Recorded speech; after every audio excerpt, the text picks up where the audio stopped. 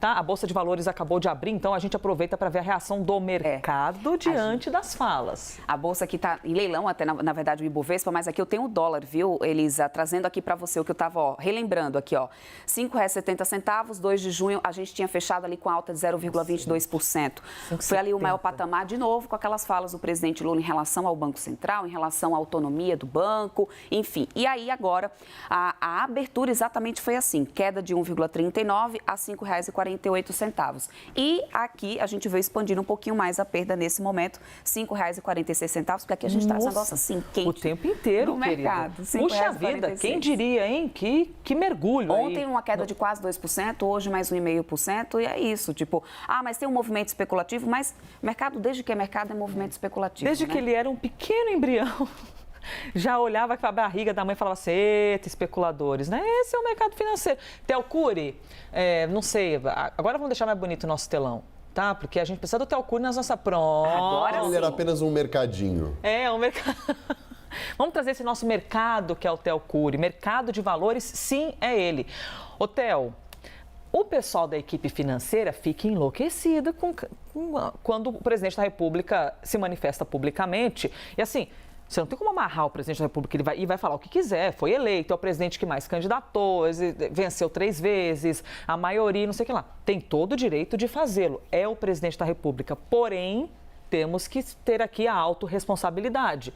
O que você fala tem consequência. Essa foi uma decisão do que foi exposto pela Fazenda após a reunião com o presidente, que acalmou o mercado num dia de silêncio, inclusive do presidente Lula, né? Que não trouxe ontem, por exemplo, as críticas ao presidente do Banco Central, Roberto Campos Neto. Então, foi um banho de loja de um chazinho de camomila no presidente?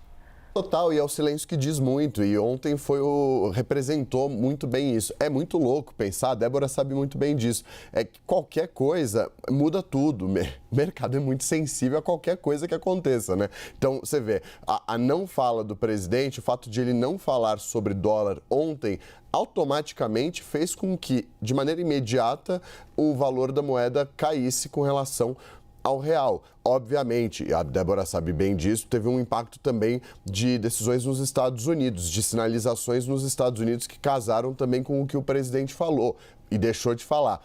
E eu acho que esses 2 pontos são muito importantes. Primeiro, o presidente Lula diz que tem um compromisso do governo com a responsabilidade fiscal.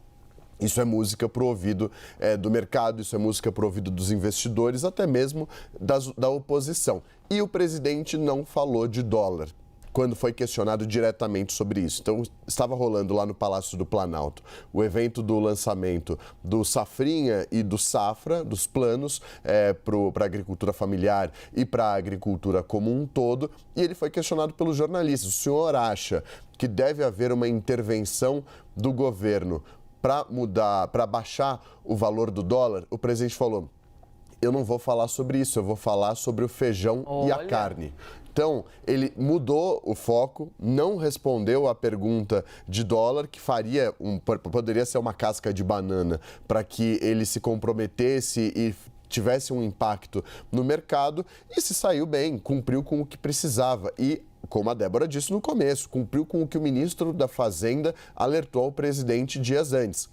O ministro da Fazenda, Fernando Haddad, disse, se eu não me engano, na terça-feira, que o grande problema era o ruído na comunicação. Ontem, o governo fez o dever de casa. O presidente Lula cumpriu com o dever de casa depois de conversar algumas boas vezes com o ministro da Fazenda ontem ao longo do dia.